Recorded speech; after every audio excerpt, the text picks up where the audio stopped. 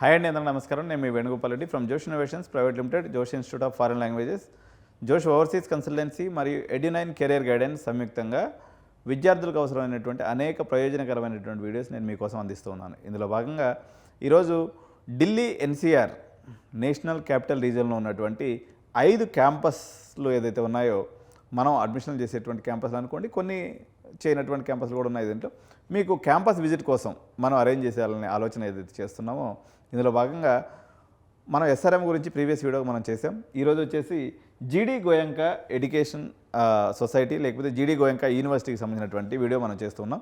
So జీడీ Goenka university అనేది ఇది ఢిల్లీ ఎన్సీఆర్ రీజియన్లో మన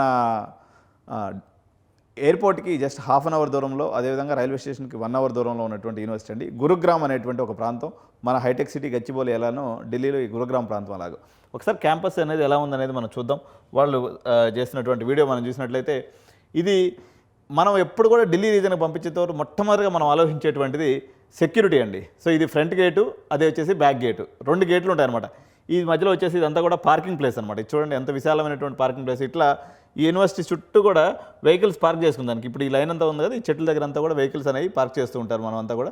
సో 2 రకాలైనటువంటి లేయర్స్ ప్రొటెక్షన్. ఈ చెట్ల వెనక ఒక గోడ ఉంది, ముందు పక్క ఒక గోడ ఉంది. ఇదంతా కూడా పార్కింగ్ ఏరియా.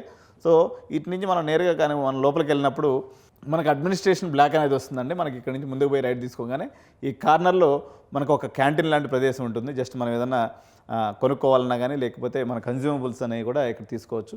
సో ఇక్కడ నుంచి ఇది మెయిన్గా మళ్ళీ లోపలికి ఎంటర్ అయినా ఇది మెయిన్ జోన్కి పోయేటువంటి దారి. ఇక్కడ నుంచి లెఫ్ట్కి వెళ్తే మనకి హాస్టల్స్ అన్నీ కూడా కనిపిస్తూ ఉంటాయి. సో ఇది మెయిన్ అడ్మినిస్ట్రేషన్ బిల్డింగ్ అనమాట. ఇవన్నీ కూడా డిఫరెంట్ జెండాలు ఎందుకు ఇక్కడ కట్టినారు అంటే, మీరు ఇక్కడ చాలా దేశాల పిల్లలు చదువుకుంటారు అనేటువంటి ఒక దాంతో కట్టినారు. సో ఇది total over view of the campus. చూడండి ఎంత బ్యూటిఫుల్ అండ్ సెరీన్ క్యాంపస్. పిల్లలకి స్పోర్ట్స్ పరంగా, హోలిస్టిక్ డెవలప్మెంట్ పరంగా చాలా అద్భుతమైనటువంటి క్యాంపస్ ఇది.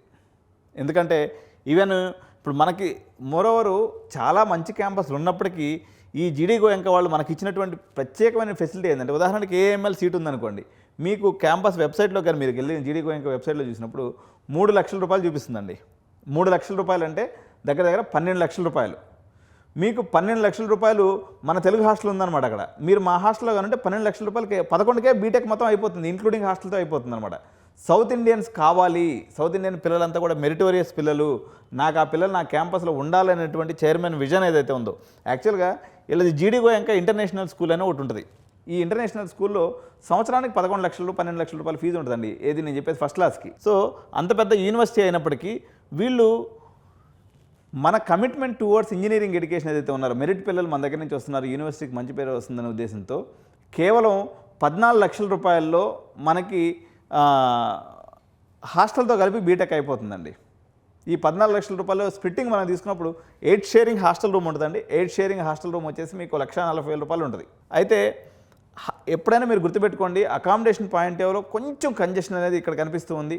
మీకు మెస్ అయితే సూపర్గా ఉంది, ఫుడ్ చాలా బాగుంది, స్పోర్ట్స్ ఫెసిలిటీస్ బాగున్నాయి, ప్లేస్మెంట్ డిపార్ట్మెంట్ బాగుంది.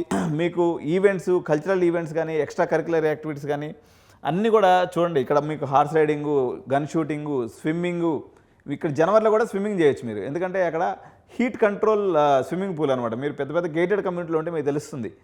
సో మీకు లేని ఫెసిలిటీ అంటే లేదు. చూడండి ఎంత అద్భుతమైనటువంటి. యాక్చువల్గా ఇంకో విషయం నేను మీకు చెప్పదలుచుకున్నా. ఇక్కడ ఏంటంటే ఇది చాలా ప్రైమ్ లొకేషన్లో ఉంది. గురుగ్రామ్ యొక్క ప్రైమ్ లొకేషన్లో ఉండటం వల్ల ఎకరా 100 నుంచి 200 కోట్లు ఉంటుందంట. ఆడెవరో చెప్తుంటే విన్నా నేను.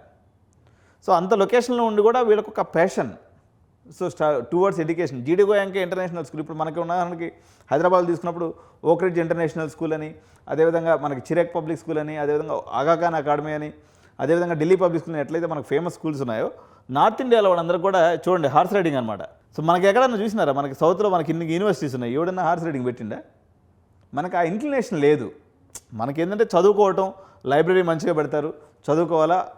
ఇక్కడ ఏంటంటే మీరు నైట్ 12 గంటలప్పుడు కూడా హ్యాపీగా వాకింగ్ చేసుకోవచ్చు. హాస్టల్స్ బిల్డింగ్స్ బ్రహ్మాండంగా ఉంటాయి. క్యాంటీన్ అయితే సూపర్గా ఉంటుంది.